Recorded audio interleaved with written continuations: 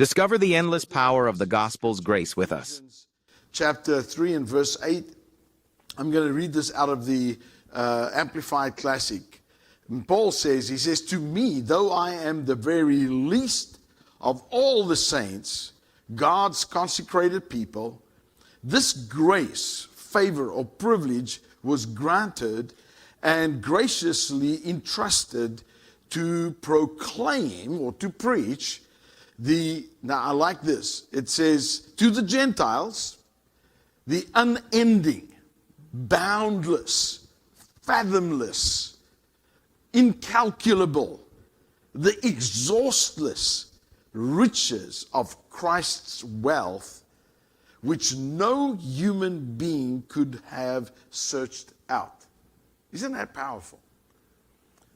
That he makes it, he says that God has given him the privilege to preach, and the Amplified is so beautiful in adding these adjectives about what the gospel really is. He says it's unending. It is boundless, fathomless, matchless, incalculable, exhaustless. And then he says, and this is all found in Jesus Christ himself. So what this does for me, and I think to all of us, is that I feel like Paul is identifying the core message of the gospel of grace.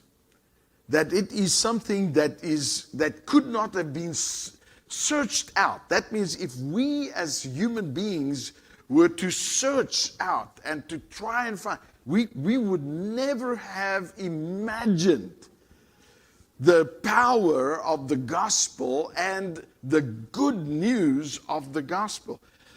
We would have searched for endless times and never been able to come up with the fullness of what the gospel is really about. And so, I was thinking that seeing that Paul and his enthusiasm, because I hear the enthusiasm in Paul that he says here that God, he says, I was the least of all the saints, but God's entrusted a message to me that is exhaustless, that is so powerful, that no one would have been able to figure it out, even if we tried for eternity.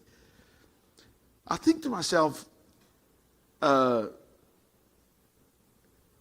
we perhaps neglecting this salvation that has been granted to us? And when I say we, I'm talking about us as a church as a whole, as Christians around the world. Are we perhaps neglecting such a great salvation? And unfortunately, I think that this is exactly what is happening in many Christian circles today. The traditional preaching and the presentation of the gospel oftentimes diminishes. It diminishes the way it's preached, the way that most people today, on a Sunday morning in a church somewhere in the United States, somewhere in the world, people are sitting and they are listening to a diminished gospel. They are listening to a gospel that is diminished through the traditions of men and through all kinds of reasons why people, it's like one person said to me, he said to me, this gospel is too good to be true.